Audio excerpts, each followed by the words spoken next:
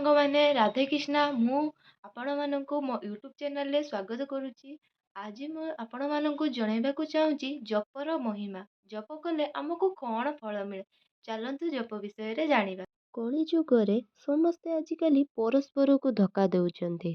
ମାତ୍ର ଭଗବାନଙ୍କ ନାମ କାହାରିକୁ ଧୋକା ଦିଅନ୍ତି ନାହିଁ, ବରଂ ସମସ୍ତଙ୍କ ଦୁଃଖ କଷ୍ଟକୁ ଉଦ୍ଧାର କରନ୍ତି। ନାମ ଜପ ହେଉଛି ଅମୃତ ତୁଲ୍ୟ।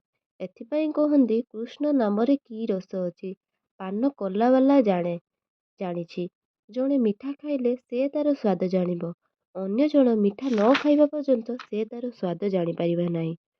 କୃଷ୍ଣ ନାମ ଯିଏ ପାନ କରିଛି ସେ ତାର ମହତ୍ଵ ଜାଣିଛି।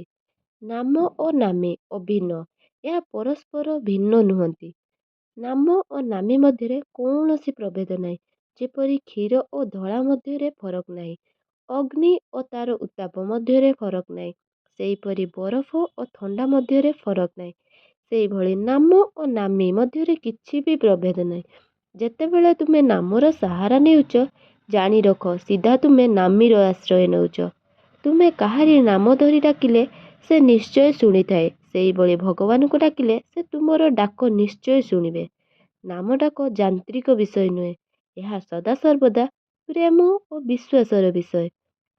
ଖାଲି ନାମ ଧରିଲେ ହେବ ନାହିଁ, ଅନୁଭବ କରିବାକୁ ହେବ ଯେ ସେ ମୋ ସମ୍ମୁଖରେ ଛିଡ଼ା ହୋଇଛନ୍ତି ଓ ମୋର ଡାକ ଶୁଣୁଛନ୍ତି।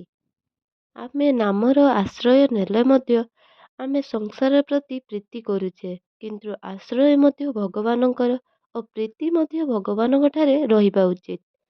ଏହା ହେଲେ ଜପକାରୀ ସିଦ୍ଧ ଅବସ୍ଥାରେ ପହଞ୍ଚି ଯାଆନ୍ତି ଏବଂ ସେ ଜପରୁ ଅଜପ ପର୍ଯ୍ୟନ୍ତ ଗତି କରନ୍ତି ଏବଂ ତାପରେ ସେ ଅନାହତ ଧ୍ୱନି ଶୁଣନ୍ତି।